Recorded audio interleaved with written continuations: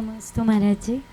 महाराज जी, हमें पूछना चाह रहे थे कि अभी हमारा विवाह हुआ है और अब हम जयपुर से भोपाल आ गए हैं और 2 भी हो गए हैं, तो अब हमारे जो दूर के माता पिता हैं उनके प्रति हमारा क्या कर्तव्य है? हम कैसे दोनों तरफ के माता पिताओं का ध्यान रखें? कैसे पहले तो मैं चाहूँगा एक बार इस परिवार और इस दंपति का दोनों साथ साथ हो जाओ ऋषि। हाँ, जोरदार अभिनंदन करो इन दोनों का। अभी कितने दिन हो गए?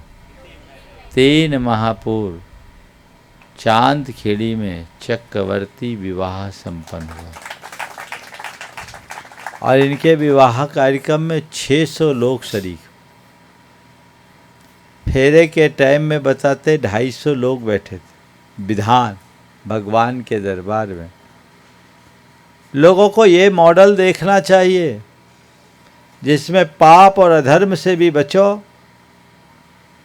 अपव्यय से भी बचो। किसी के वैवाहिक कार्यक्रम में डेस्टिनेशन वेडिंग में 600 लोगों का आना कोई साधारण बात नहीं है। मैं पूरे देश के लोगों को कहूँगा कि आप इस तरह के कार्यक्रम करें, पर पूरे मर्यादाओं को सुरक्षित रखते हुए शास्त्रीय पद्धति से करें।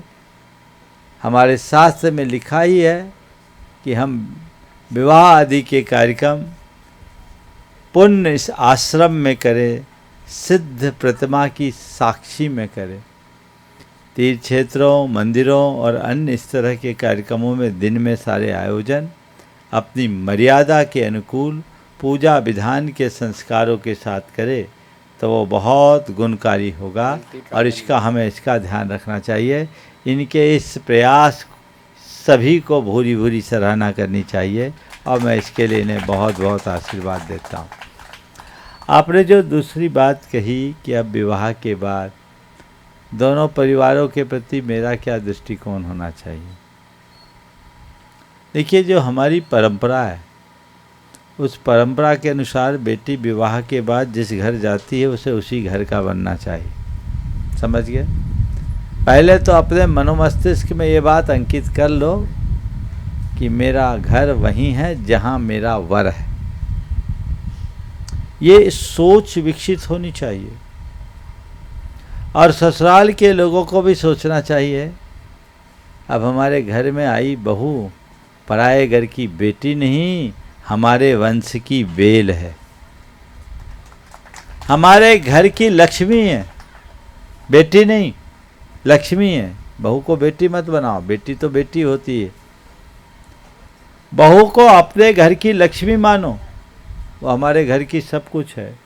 वो दृष्टिकोण, वो सोच विकसित करे तो बहुत बड़ा परिवर्तन होगा। फिर भी महाराज जिन्हें जन्म दिया है उनका भी तो ख्याल रखे। पहले तो बहुत संतान होती थी तो कोई भी देख लेता था, अब हम क्या करें? जब ज़रूरत पड़े देखें, जब ज़रूरत पड़े जाके खड़े हो जाए, पर उनकी चिंता ना करें।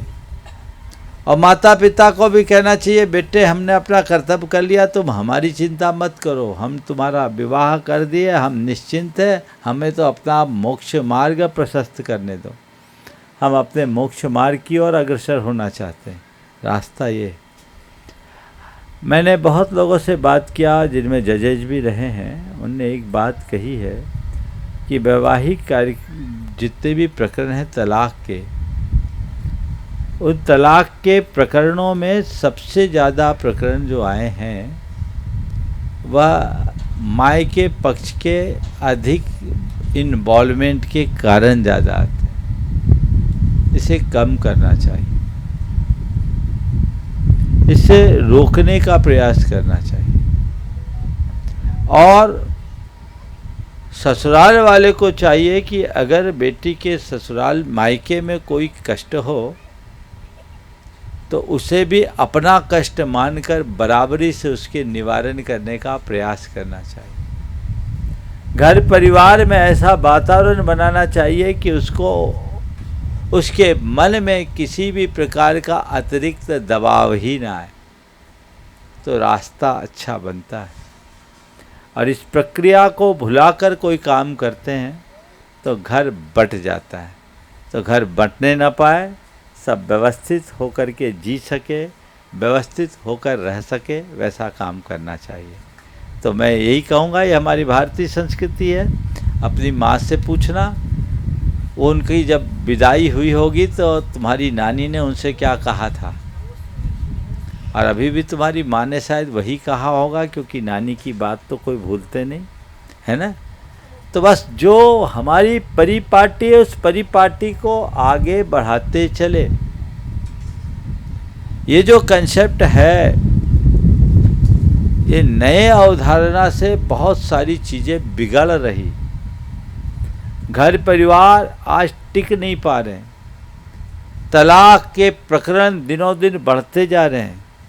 मैं तुमसे तो आश्वस्त हूँ, क्योंकि तुम्हें हम बचपन से जानते हैं, संस्कारों से परिचित हूँ, लेकिन ये चीज़ें उत्तरोत्तर बढ़ रही है, जो बहुत गंभीर और चिंता का विषय है। इस पर हमें ध्यान देना चाहिए।